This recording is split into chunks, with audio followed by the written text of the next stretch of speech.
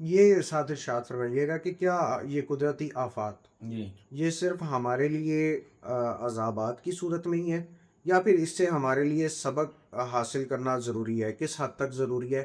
ہم نے ان چیزوں کو دیکھنا ہے اور کس نظریے سے دیکھنا ہے؟ اس میں آپ کا نقطہ نظر چاہ.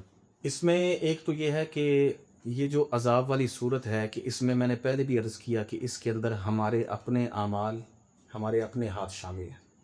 سورہ نور کے اندر بھی اللہ رب العزت نے اس حوالے سے ارشاد فرمایا، اللہ فرماتا ہے کہ ان الذین، بے شک وہ لوگ، یحبون، جو پسند کرتے ہیں، ان تشیع الفاحشہ، کہ لوگوں میں برائی پھیل جائے، بے حیائی پھیل جائے، فی الذین آمنوا، کن لوگوں میں جو ایمان والے ہیں، ایمان والوں میں پھیل جائے، تو اللہ فرماتا ہے لہم عذاب علیم فی الدنیا والآخرہ، ان کے لیے دنیا میں بھی عذاب ہے اور آخرت میں بھی عذاب ہے۔ ٹھیک ہے، اب یہ جو سوشل میڈیا کے ذریعے سے جو تصاویر ہیں یا بری ویڈیوز ہیں، جب ہم یہ ساری کچھ چیزوں کا مشاہدہ کرتے ہیں تو ہم یہ دیکھتے ہیں کہ یہ ساری چیزیں ہی ہمیں گناہ کی طرف دھکیل رہی ہیں، یہ گناہ کی طرف ہمیں راغب کر رہی ہیں۔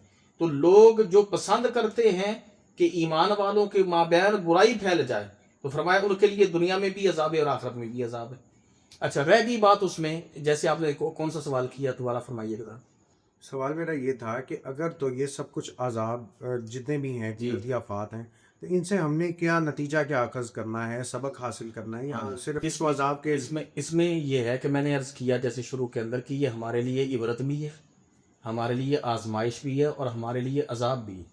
تو یقیناً ان لوگوں کے لیے تو میں نے جیسے عرض کیا عذاب ہی ہے کہ جن کے خاندان لٹ گئے، جن کے علاقے زمین بوس ہو گئے، اور وہاں کے جو قریب تر علاقے ہیں جو بچ گئے ہیں، یہ ان کے لیے آزمائش ہے، اور ہماری طرف وہ چیز نہیں آئی، ہمارے لیے وہ عبرت ہے۔ تو ہمیں یہ سیکھنا ہے کہ اللہ رب العزت نے غافل لوگوں کو، جو اس کے ذکر سے غافل ہیں، اللہ رب العزت نے ان کو اپنے طرف بلایا اور فرمایا یا ایھا الانسان ما غرک بربک الکریم، اے انسان تجھے کس چیز نے دھوکے میں ڈال رکھا ہے؟ تو اپنے کریم رب کی طرف کیوں نہیں آتا؟ کیوں نہیں توبہ کرتا؟ کیوں نہیں استغفار کرتا؟ کیوں نہیں میری بارگاہ میں جھکتا؟ تو اگر بندہ اللہ کی بارگاہ میں توبہ کرے، استغفار کرے، تو یقیناً یہ ساری چیزیں رک سکتی ہیں، تھم سکتی ہیں، بندہ اللہ کے عذاب سے بچ سکتا ہے۔ لیکن یہ اس وقت ہی ممکن ہے جب وہ اللہ تعالیٰ کی بارگاہ میں جھکے گا، اس کی بارگاہ میں توبۃ النصوحہ کرے گا، خالصتاً جب اپنے دل کو اللہ کے لیے صاف کر لے گا، تو اللہ تعالیٰ اپنے عذاب کو روک